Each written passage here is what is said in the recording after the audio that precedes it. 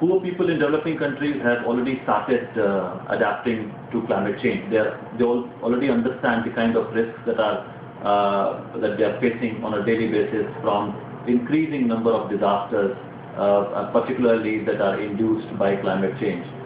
They're working hard to adapt to that, but they're short of resources. And what they need is financial resources and newer capacities to deal with climate change. And this can only happen if rich countries who are responsible for climate change start delivering on their promise to provide money to developing countries so that they can invest more in building the national and local institutions. They can adopt better planning practices and have much more capacity and empowerment at the local level to deal with climate change.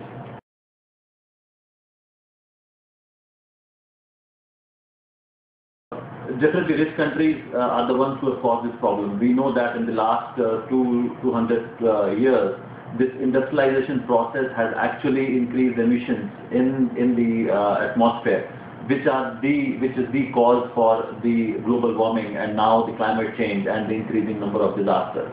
And of course, their consumption patterns, their unsustainable consumption patterns, has actually led to the kind of economic growth that we see and the increasing demand from all over the world in terms of natural resources, which got depleted to meet their consumption demands, and all this has led to major destruction in the forest, and it is also one of the reasons why we see global warming happening today.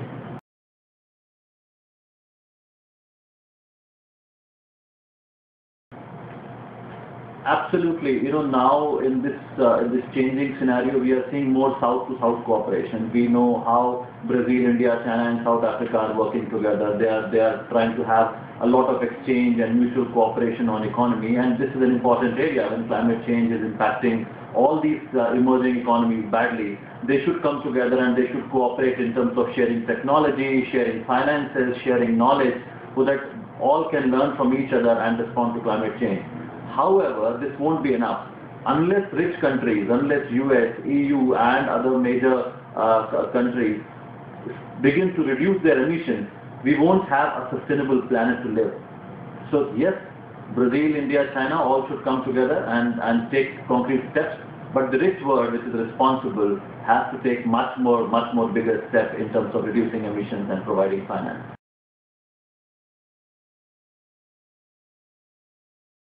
Absolutely, it is not environment, and in fact, I won't just say political, it's also trade. We have been following climate negotiations, and while we say these are climate negotiations, but actually they end up being trade negotiations.